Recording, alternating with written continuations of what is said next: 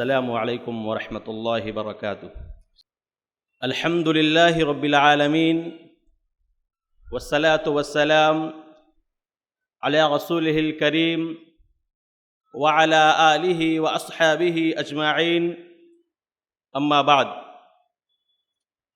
اعوذ باللہ من الشیطان الرجیم، بسم اللہ الرحمن الرحیم۔ یا ایہا الذین آمنوا لا تلہکم اموالکم ولا اولادکم عن ذکر اللہ ومن یفعل ذلک فاولئک هم الخاسرون۔ محترم و معزز علماء کرام، لائق احترام نوجوانوں، پیارے بزرگوں اور خواتین اسلام، جیسا کہ آپ نے سنا، آج کے اس کانفرنس میں میرا موضوع ہے مال اور بیجا حرص۔ محترم سامعین، مال کے تعلق سے قرآن و سنت میں جگہ جگہ اس کی اہمیت کو واضح کیا گیا ہے۔ کہیں مال کو نعمت، تو کہیں مال کو رحمت، تو کہیں مال کو سعادت، تو کہیں مال کو زینت، تو کہیں فضل اور کہیں حسنہ قرار دیا گیا ہے۔ اور اس مال کی ہماری نگاہوں میں کتنی اہمیت ہے، یہ ہم میں سے کسی سے بھی مخفی نہیں۔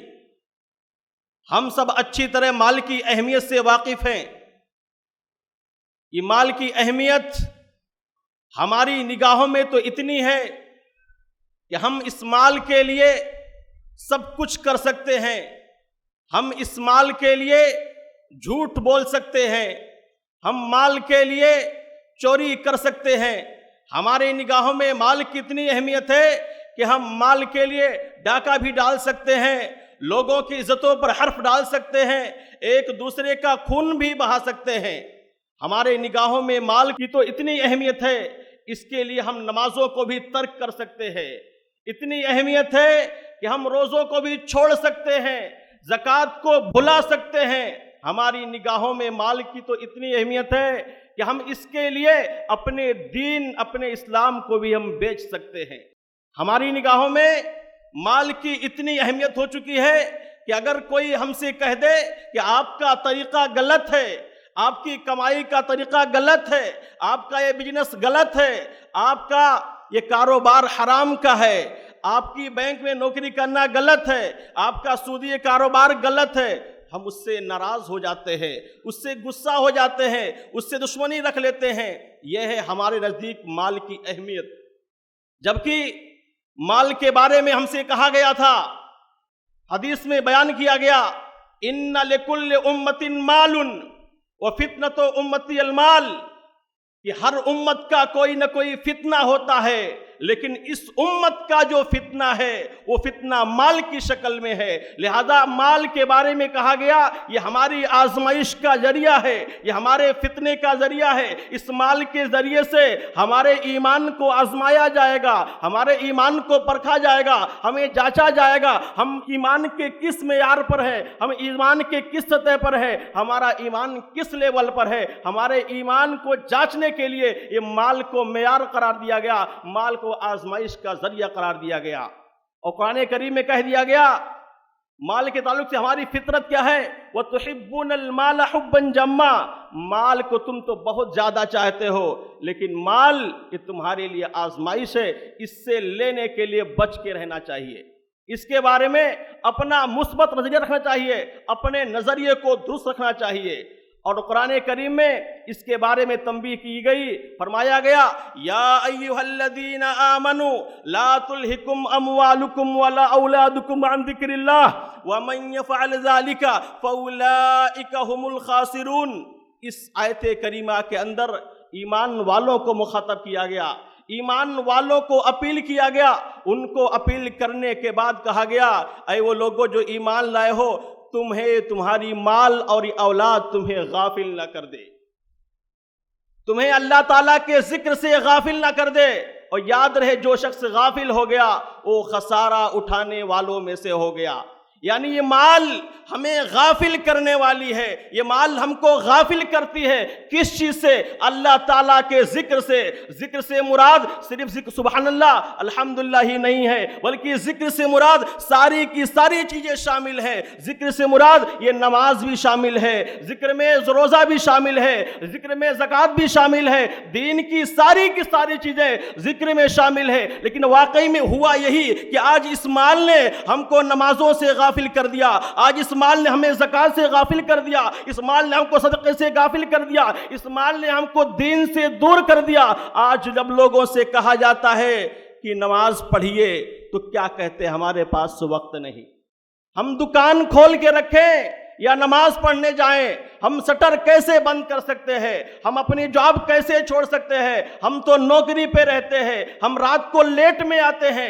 گویا کہ اس مال کی چاہت نے، مال کے بیجا حرص نے ہم کو ذکر سے، نماز سے، روزوں سے غافل کر دیا، جبکہ اللہ تعالیٰ نے اہل ایمان کو مخاطب کیا تھا، ان کے ایمان کی طرف اشارہ کیا تھا، ان کے ایمان کا واسطہ دے کر کے ان سے کہا گیا تھا کہ اے ایمان والو، اپنے ایمان کی سلامتی اسی چیز میں ہے کہ تم اپنے مال کا صحیح استعمال کرنا، مال تمہیں اس چیز سے غافل نہ کر دے۔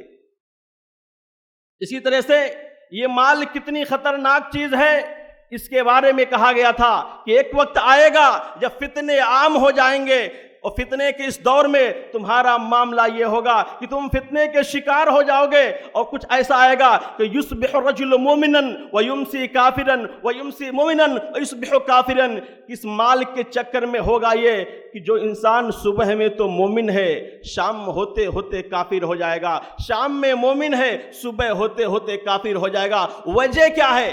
آخر معاملہ کیا ہے؟ کیا ایسا فتنہ ہے، کیا ایسی چیز ہے کہ انسان صبح میں تو مومن ہے، شام میں کافر ہو گیا، شام میں مومن ہے، صبح میں کافر ہو گیا؟ آخر اس کی وجہ کیا ہے؟ اس کی وجہ بھی حدیث میں بیان کر دی گئی، یبیع دینہ بعرض من الدنیا۔ معاملہ کیا ہوگا؟ اس مال کی بیجا حرص نے، مال کی بیجا چاہت نے، یہ مال تمہیں ایسا برباد کر دے گی کہ تم اپنے دین کو معمولی دنیا کے عوض بیچ دو گے۔ آج ہو یہی رہا ہے کہ ہم اپنے دین کو بیچ رہے ہیں، بہت معمولی چیزوں کے بدلے سے، گھٹیا چیزوں کے ذریعے سے، دنیاوی چیزوں کے ذریعے سے ہم اپنے دین کو بیچ رہے ہیں۔ صبح ہوتے ہوتے ہم اپنے ایمان کو پختہ کرتے ہیں، لیکن جب کاروبار میں نکل جاتے ہیں، صبح 10 بجے جب نکلتے ہیں اپنے کاروبار کے لیے، اپنے بزنس کے لیے، تو پھر یہ نہیں دیکھتے اسلام نے اس کو حرام قرار دیا، اسلام نے اس کو غلط قرار دیا، یہ غلط، یہ اس کو ناپ تول میں کمی کرنا یہ غلط ہے، لوگوں کا مال لوٹنا غلط ہے، لوگوں کو غلط ریٹ بتانا غلط ہے۔ ہم یہ سب بھول جاتے ہیں اور اپنے دین کو بیچ کر کے چلے آتے ہیں۔ یہ مال کے تئیں بیجا حرص یہ اتنی خطرناک چیز ہے کہ یہ چیز ہمارے ایمان کو ایسا برباد کر دیتی ہے جیسے کوئی بھیڑیا، اگر وہ بھیڑیا بھوکا ہو تو جیسے بکری کو دیکھ کے ٹوٹ پڑتا ہے، بکری کو دیکھ کے لپک پڑتا ہے، لپک کر کے اس کو چیر پھاڑ کے ختم کر دیتا ہے۔ یہی حال ہوتا ہے یہ مال کا، کہ اگر مال کے تئیں ہمارے یہاں بھی بیجا حرص رہا، فضول چاہت رہی، تو یہ چیز بھی ہمارے ایمان کو ایسے ہی برباد کر دیتی ہے۔ حدیث کے اندر فرمایا گیا کہ انسان کے ہاں معاملہ یہ ہوگا کہ انسان مال کو ایسے سمجھے گا، ما ذئبان جائعان ارسلا فی غنم، کہ اگر 2 بھوکے بھیڑیوں کو بکریوں کے ریبڑ میں چھوڑ دیا جائے، بافسد لها من حرص المرء علی المال والشرف لدینہ، تو یہ چیز یعنی مال کی بیجا چاہت اور شرف یعنی عزت، عہدے کی چاہت، یہ 2 چیزیں انسان کے دین کو اس سے کہیں زیادہ تباہ و برباد کر دیں گی۔ یعنی جتنا بھوکا بھیڑیا بکری کو نقصان نہیں پہنچائے گا، اس سے کہیں بڑھ کر کے یہ مال کی بیجا چاہت، یہ عہدے کی چاہت، یہ 2 چیزیں انسان کے ایمان کو برباد کر دیں گی۔ اب اگر ہمیں اپنے ایمان کو برباد کرنا ہے، اپنے ایمان کو خراب کرنا ہے، تو ہمیں مال کے تئیں بیجا چاہت رکھنی چاہیے۔ لیکن اگر ہم اپنے ایمان کی سلامتی چاہتے ہیں، اپنے ایمان کی خیر چاہتے ہیں، اپنے ایمان کی بھلائی چاہتے ہیں، اپنے ایمان کی مضبوطی چاہتے ہیں، تو مال کے تئیں بیجا حرص سے اپنے آپ کو بچانا ہوگا، اپنے آپ کو دور رکھنا ہوگا۔ مال کے تئیں آپ صلی اللہ علیہ وسلم نے بد دعا دی کہ اگر کسی شخص کے ہاں مال کے تئیں بیجا حرص ہے، مال کے تئیں بیجا چاہت ہے، تو اسے آپ نے بد دعا دی. فرمایا تعیس عبد الدار، تعیس عبد الدینار وعبد الخمیسہ، تعیس وانتقص واذا شیک فلانتقشا. یہ بخاری کی روایت. یعنی جو دینار والا بندہ، درہم والا بندہ، یہ کپڑے والا بندہ جو صرف دینار کے پیچھے پڑا ہوا ہے، درہم کے پیچھے پڑا ہوا ہے، یہ چیز نے اس کو برباد کر دیا.